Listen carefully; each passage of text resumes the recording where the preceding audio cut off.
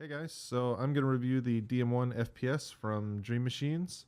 I saw a lot of people on Reddit looking for a review, so I figured why not. Yeah, let's get into it. So as you can see, it comes in a rectangle box, foam inside to protect it, and it comes with extra mouse feet, so that's nice.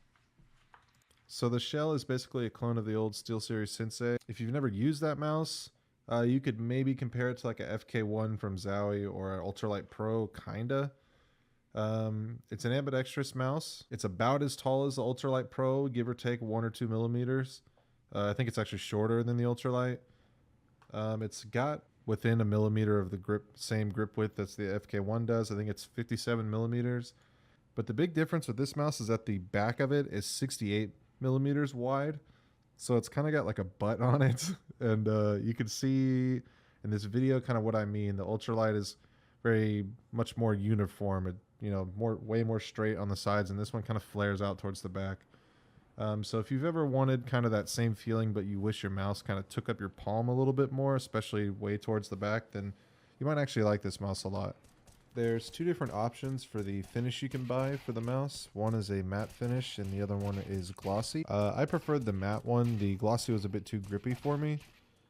The other thing is that the sides of both mice have a matte finish. So for me, it was kind of weird to feel both textures at the same time, but that's just a personal preference. The weight is really nice at about 84 grams. The mouse skates on this mouse are very flat, which I really like. The old ones were kind of had like a bump or something in it, or like, I don't know what to call it, like a hump on them. But these ones are really flat. They glided really nicely. And yeah, I really liked them actually. The cable is very soft and flexible. I saw a lot of people saying that the cable was very similar to the Ultralight Phantom, or even maybe thinking that it might be the same cable. I'm not really sure, to be honest. They are very similar. And like I said with the Phantom, short of a paracord, you're probably not going to get much better than this in my opinion. So yeah, really nice on the cable. The build quality is mainly okay.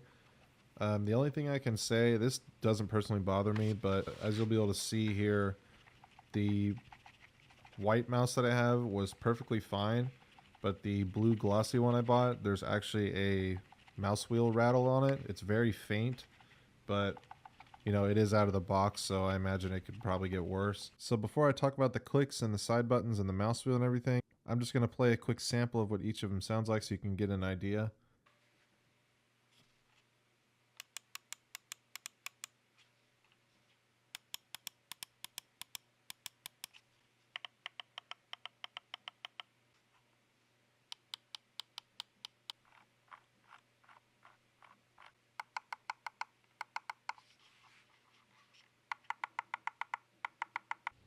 Okay, so the left and right clicks. I'm just going to quickly bullet point 3 or 4 things. 1, they are connected to the rest of the shell, so they're not separate. 2, there's no comfort grooves in them at all. 3, the switches are not Omron. Basically feel like Zowie FK1 clicks. And 4, they have a tiny bit of pre-travel.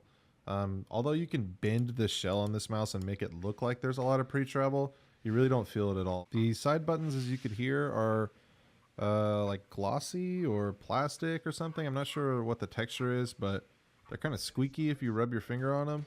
The audio feedback you get when you push them in is kind of bassy. There's not a lot of pre-travel, but they are a little bit harder to click in than a lot of the other mice that I've used, but not so much that it was a problem. The mouse wheel is pretty soft when you scroll it. It's 24 steps. The steps are definitely not super defined, and as you could hear in my blue one, it actually rattles a little bit, so hopefully the mouse wheel is not an issue for a lot of people, but for me it was just fine. So the mouse wheel also changes colors based on DPI. Red is 400, blue is 800, green is 2400, pink is 3200, orange is 4800, and yellow is 12,000. The sensor that the mouse uses is the PMW 3389.